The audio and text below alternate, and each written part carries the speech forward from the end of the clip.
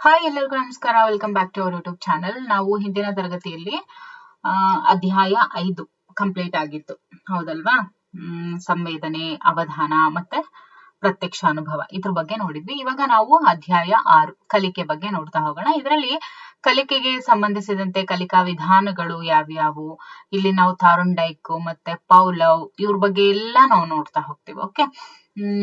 ಮೊದಲನೇದಾಗಿ ನೋಡಿ, ಪ್ರಾಣಿಗಳ ನಡವಳಿಕೆ ಬಹಳ ಮಟ್ಟಿಗೆ ಸಹಜ ಪ್ರವೃತ್ತಿಯಿಂದ ಪ್ರಭಾವಿತವಾಗಿರುತ್ತೆ. ಜೊತೆಗೆ ತಕ್ಕ ಮಟ್ಟಿನ ಅನುಕರಣ ಕಲಿಕೆಯನ್ನ ನಾವು ಕಾಣಬಹುದಾಗಿದೆ. ಸೊ ಪ್ರಾಣಿಗಳ ಮರಿಗಳು ಹುಟ್ಟಿದ ಸ್ವಲ್ಪ ಹೊತ್ತಿನಲ್ಲೇ ಏನ್ ಮಾಡ್ತವೆ, ಎದ್ ನಿಂತ್ಕೊಂಡ್ಬಿಡ್ತವೆ, ತಾಯಿಯ ಮೊಲೆಯನ್ನ ಚೀಪ್ತವೆ, ನಡಿತವೆ, ತನ್ನ ಪ್ರಭೇದದ ಪ್ರಾಣಿಗಳಂತೆ ಅವು ಶಬ್ದವನ್ನ ಮಾಡ್ತವೆ.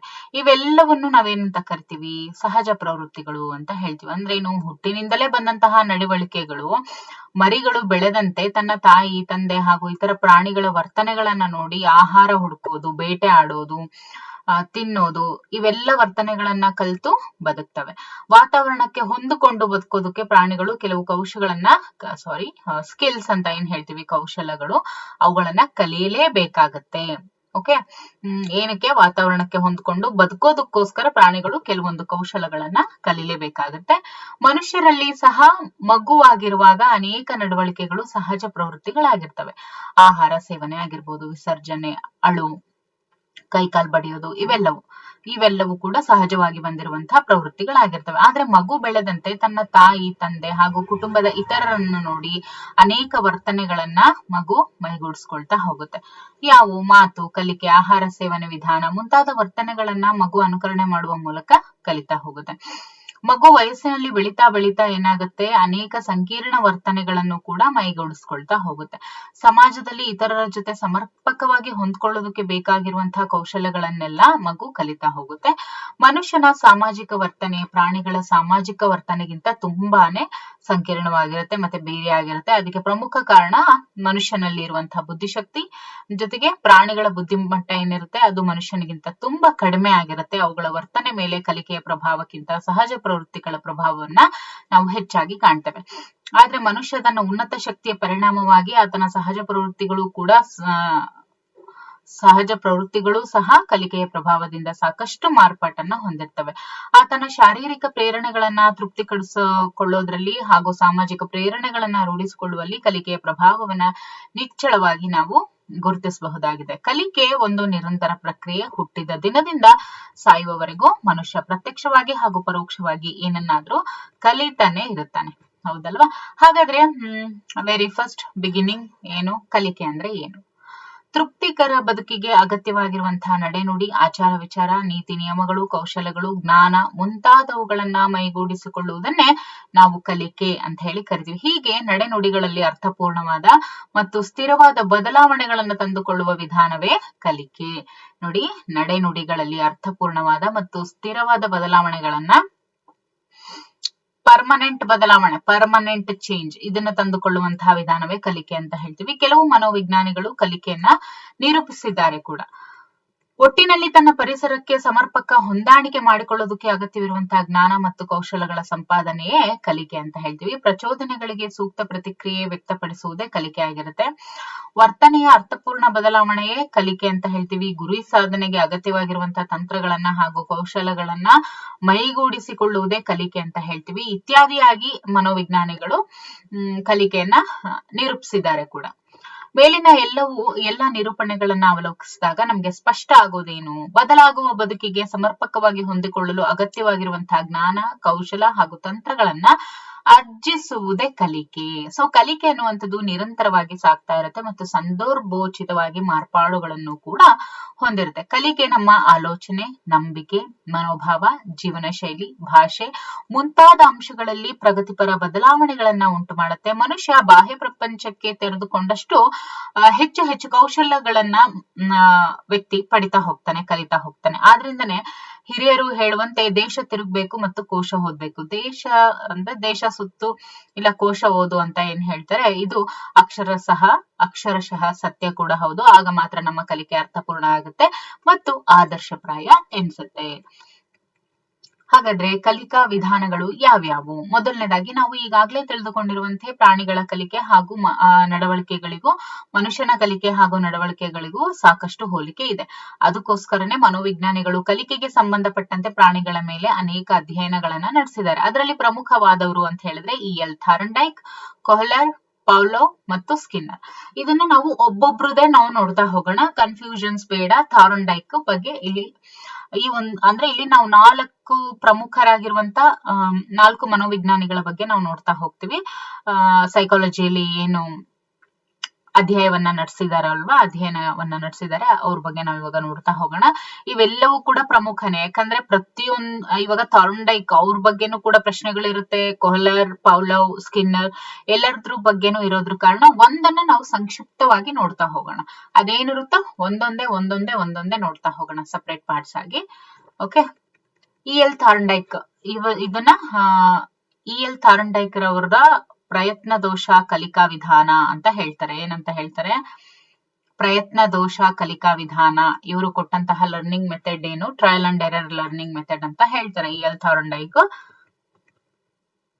ನೋಡ್ತಾ ಇರ್ಬೋದು ನೀವು ಈ ಪಿಕ್ಚರ್ ಅಲ್ಲಿ.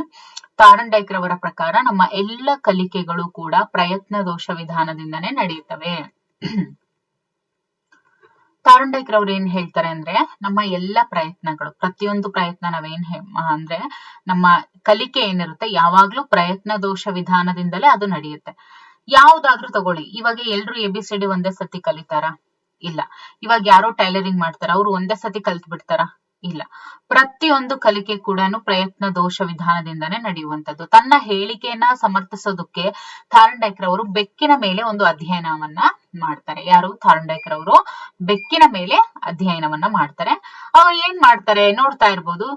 ಇಲ್ಲಿ ಒಂದು ಬೆಕ್ಕಿದೆ, ಆದ್ರೆ ಅದು ಎಂತ ಬೆಕ್ಕು? ಹೊಟ್ಟೆ ತುಂಬದ ಬೆಕ್ಕ ಅಲ್ಲ, ಅದು ಹಸಿದ ಬೆಕ್ಕು. ಒಂದು ಹಸಿದಿರುವಂತ ಬೆಕ್ಕನ್ನ ತಗೊಂಡ್ರು, ಒಂದು ಬೋನಿನ ಒಳಗೆ ಇಟ್ಟು ಬಾಗಿಲನ್ನ ಹಾಕಿದ್ರು. ಓಕೆ, ಬಾಗಿಲ ಹೊರಗೆ ಒಂದು ತಟ್ಟೆಯಲ್ಲಿ ಮೀನನ್ನ ಇಟ್ರು. ಬಾಗಿಲ ಹೊರಗಡೆ ಒಂದು ತಟ್ಟೆಯಲ್ಲಿ, ಇಲ್ಲಿ ಒಂದು ಬಾಗಿಲು, ಇದು ಹೊರಗಡೆ ಒಂದು ಮೀನನ್ನ ಇಡ್ತಾರೆ.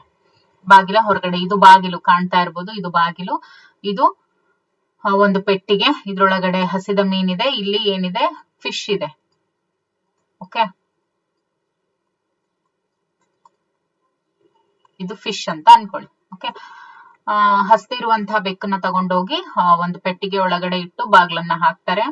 ಬಾಗ್ಲು ಹೊರಗಡೆ ಒಂದ್ ತಟ್ಟೆಯಲ್ಲಿ ಮೀನನ್ನ ಇಡ್ತಾರೆ. ಅದು ಅದರ ಒಂದು ಆಹಾರ. ಬೆಕ್ಕು ಆಹಾರವನ್ನ ಪಡೆಯೋದಕ್ಕೆ ಬಾಗಿಲ ಅಗುಳಿಯನ್ನ ಒತ್ತಿ ಬಾಗಿಲು ತೆರೆದು ಹೊರಗೆ ಬರ್ಬೇಕು. ಇಲ್ಲೇನ್ ಕಾಣ್ತಾ ಇದೆಯಲ್ಲ, ಇದನ್ನ ಒತ್ತಿ ಅದು ಏನ್ ಮಾಡ್ಬೇಕು? ಬಾಗಿಲು ತೆರೆದು ಹೊರಗಡೆ ಬರ್ಬೇಕಿತ್ತು. ಪ್ರಾರಂಭದಲ್ಲಿ ಬೆಕ್ಕು ಬೋನಿನ ಒಳಗೆ ಹಿಂದಕ್ಕೆ, ಮುಂದಕ್ಕೆ, ಮೇಲಕ್ಕೆ, ಕೆಳಕ್ಕೆ ತಿರುಗ್ತಾ ಮಿಯಾ ಮಿಯಾ ಶಬ್ದ ಮಾಡ್ತಾ, ಪರ್ಚುತ್ತಾ ವ್ಯರ್ಥ ಪ್ರಯತ್ನಗಳನ್ನ ಮಾಡ್ತಿತ್ತು. ಯಾರ್ದು? ಬೆಕ್ಕು. ಒಮ್ಮೆ ಅಕಸ್ಮಾತ್ ಆಗಿ ಬೆಕ್ಕಿನ ಕಾಲು ಬಾಗಿಲ ಅಗುಳಿಯನ್ನ ಒತ್ತಿತು. ಅವಾಗ ಏನಾಯ್ತು? ಬಾಗಿಲ ಹತ್ರ ಇರುವಂತ ಅಗುಳು ಏನಿರುತ್ತೆ, ಅಗುಳಿ ಅಂತ ಏನ್ ಕರೀತಾರೆ, ಅದನ್ನ ಒತ್ತಿತು. ಓಕೆ, ಅವಾಗ ಏನಾಯ್ತು? ಬಾಗ್ಲು ತಕ್ಷಣಕ್ಕೆ ಓಪನ್ ಆಯ್ತು. ಓಕೆ, ತಕ್ಷಣ ಬಾಗ್ಲು ತೆರೆಯಿತು. ಥಾರ್ನ್ಡೈಕ್ ಮತ್ತೆ ಬೆಕ್ಕನ್ನ ಬೋನಿನೊಳಗೆ ಕೂಡ ಹಾಕ್ತಾರೆ. ಹೀಗೆ ಬೆಕ್ಕು ಪ್ರತಿ ಬಾರಿ ಬಾಗ್ಲು ತೆರೆದು ಹೊರಗೆ ಬರಲು ತೆಗೆದುಕೊಳ್ಳುತ್ತಿದ್ದಂತಹ ಸಮಯ, ಪ್ರಯತ್ನಗಳು ಹೆಚ್ಚಾದಂತೆ ಕಡಿಮೆ ಆಗ್ತಾ ಬರ್ತಾ ಇತ್ತು. ಓಕೆ, ಸಮಯ, ಪ್ರಯತ್ನಗಳು ಪ್ರಯತ್ನಗಳು ಹೆಚ್ಚಾದಂತೆ ಸಮಯ ಏನಾಗ್ತಾ ಇತ್ತು? ಕಡಿಮೆ ಆಗ್ತಾ ಇತ್ತು. ಅಂದ್ರೆ ಅದು ಬೋನಿನ ಹಿಂದೆ ಅಕ್ಕಪಕ್ಕದ ಮಾಡುತ್ತಿದ್ದಂತಹ ಅಕ್ಕಪಕ್ಕ ಏನ್ ಮಾಡ್ತಾ ಇತ್ತು? ವ್ಯರ್ಥ ಪ್ರಯತ್ನ, ಅದನ್ನ ಕಡಿಮೆ ಮಾಡ್ತು. ಬಾಗಿಲ ಬಳಿ ಮಾಡುವಂತ ಪ್ರಯತ್ನದಿಂದ ಬಾಗಿಲು ತೆರೆಯುತ್ತೆ ಅನ್ನೋದು ಬೆಕ್ಕಿಗೆ ಕ್ರಮೇಣ ಮನದಟ್ಟಾಗ್ತಾ ಹೋಯಿತು. ಅನೇಕ ಸತತ ಪ್ರಯತ್ನ ದೋಷ ವಿಧಾನಗಳ ಪರಿಣಾಮವಾಗಿ ಬೆಕ್ಕು ಬೋನಿನೊಳಗಾಗ್ತಿದ್ದಂಗ್ಲೆ ತಕ್ಷಣಕ್ಕೆ ಅಗುಳಿಯನ್ನ ಒತ್ತಿ ಬಾಗಿಲನ್ನ ತೆಗೆದುಬಿಟ್ಟು ಹೊರಗಡೆ ಬಂದು ಆಹಾರವನ್ನ ಸೇವಿಸ್ತಾ ಇತ್ತು. ಅಂದ್ರೆ ಪ್ರಚೋದನೆಗೆ ಸೂಕ್ತ ಪ್ರತಿಕ್ರಿಯೆ ತೋರುವುದನ್ನ ಅದು ಕಲಿತು. ಇದೇ ರೀತಿ ಮನುಷ್ಯ ಕೂಡ ಹೊಸದೇನಾದ್ರೂ ಕಲಿಬೇಕಾದ್ರೆ ಮೊದಲು ತಪ್ಪುಗಳು ಮಾಡ್ತಾನೆ. ಸೊ ಇದರಿಂದ ಈ ಒಂದು ಎಕ್ಸ್ಪೆರಿಮೆಂಟ್ ಇಂದ ಮನುಷ್ಯ, ಅಕಾರ್ಡಿಂಗ್ ಟು ಚೈಲ್ಡ್ ಸೈಕಾಲಜಿ, ನಾವೇನನ್ನ ಅರ್ಥ ಮಾಡ್ಕೋಬೇಕು ಅಂತ ಹೇಳಿದ್ರೆ, ಮನುಷ್ಯ ಹೊಸದೇನಾದ್ರೂ ಕಲಿಬೇಕಾದ್ರೆ ಮೊದಲು ತಪ್ಪುಗಳನ್ನ ಮಾಡ್ತಾನೆ. ಪ್ರಯತ್ನಗಳು ಮುಂದುವರೆದಂತೆ ತಪ್ಪುಗಳ ಪ್ರಮಾಣ ಕಡಿಮೆ ಆಗುತ್ತೆ. ಓಕೆ, ಪ್ರಯತ್ನಗಳು ಮುಂದುವರಿಬೇಕು. ಪ್ರಯತ್ನ ಮಾಡದೆ ನಮಗೇನು ಪ್ರತಿಫಲ ಇಲ್ಲ. ಹೌದಲ್ವಾ? ಸೊ ಪ್ರಯತ್ನಗಳು ಮುಂದುವರೆದಂತೆ ತಪ್ಪುಗಳ ಪ್ರಮಾಣ ಏನಾಗುತ್ತೆ, ಕಡಿಮೆ ಆಗುತ್ತೆ.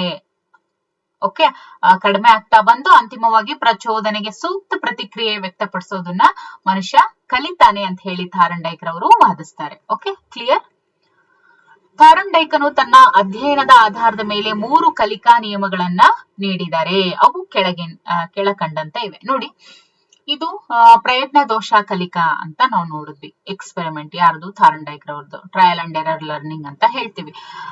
ಸೊ ಇದರ ಕುರಿತಾಗಿ ಅವರು 3 ಲಾಸ್ ಅನ್ನ ಹೇಳ್ತಾರೆ. ಅಂದ್ರೆ ಈ ಒಂದು ಏನ್ ಎಕ್ಸ್ಪೆರಿಮೆಂಟ್ ಮಾಡಿದ್ರು, ಈ ಒಂದು ಅಧ್ಯಯನದ ಆಧಾರದ ಮೇಲೆ 3 ಕಲಿಕಾ ನಿಯಮಗಳನ್ನ ಎಲ್ ಥಾರ್ನ್ಡೈಕ್ ರವರು ನಮ್ಗೆ ಕೊಡ್ತಾ ಹೋಗ್ತಾರೆ.